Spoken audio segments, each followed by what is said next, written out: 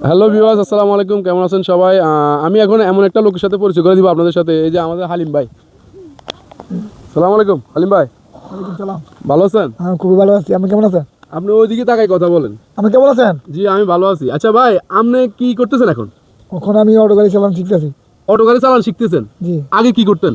আমি করতাম বড় গাড়ি ডেবে, বড় গাড়ি বলতে কি গাড়ি চালাতেন আগে? এই 4 সিলিন্ডার 6 সিলিন্ডার। 4 সিলিন্ডার 6 সিলিন্ডার, তার মানে বাস চালাতেন? বাস বাস। বাস ট্রাক এগুলি চালাতেন নাকি? হ্যাঁ। তো এখন আপনি অটো চালান শিখে লাগে নাকি? মানে বাস গাড়ি চালানোর পরে তো আর অটো চালানো শিখতে হয় না? তবু অভিজ্ঞতা একটু নিতে হয়। অভিজ্ঞতা নিতেছেন? তো এখন আপনার উস্তাদ কি উনি?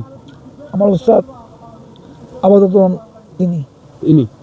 আচ্ছা, তো আপনি মানে বাস গাড়ি চালান বাদ দিছেন কেন? ওইটার মধ্যে আমার একটু পোষায় না। পোষায় না? বাস গাড়ি চালায় আপনার পোষায় না, এখন অটো চালান শিখতেছেন? তো এখন আপনি একটু চাইতেছেন একটা অটো নিয়ে নিজে চালাবেন দেশে। হ্যাঁ, দেশে ছিলাম।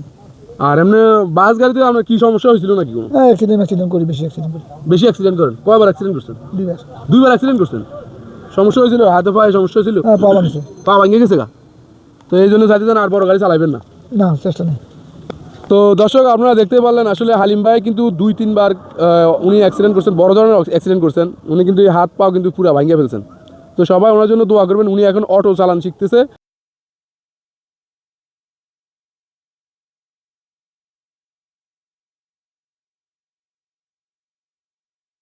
পুরো পরিবারটা ওনার হাতে।